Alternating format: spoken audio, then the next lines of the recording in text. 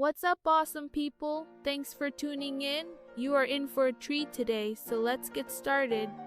From an early age, Elson's family saw great potential in her, predicting a bright future and jokingly promising to sell her childhood photos to journalists one day. Elson grew up adhering to a principle she had learned early on. If you take on something, do it better than anyone else.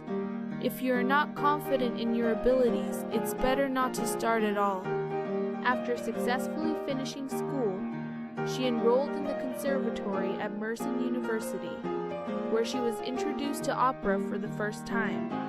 However, Elson decided against pursuing a career as an opera singer, as the rigid framework of classical music stifled her creative freedom. In 2006, she won a scholarship to study at Yeditepe University. After earning a degree in fine arts, she moved to Istanbul. It was there that she delved into acting, participating in theatrical productions, while simultaneously studying Italian and English. This period marked the beginning of her artistic journey and set the stage for her future achievements. And that's a wrap! If you enjoyed this video, give it a thumbs up and share it with a friend. Until next time, take care.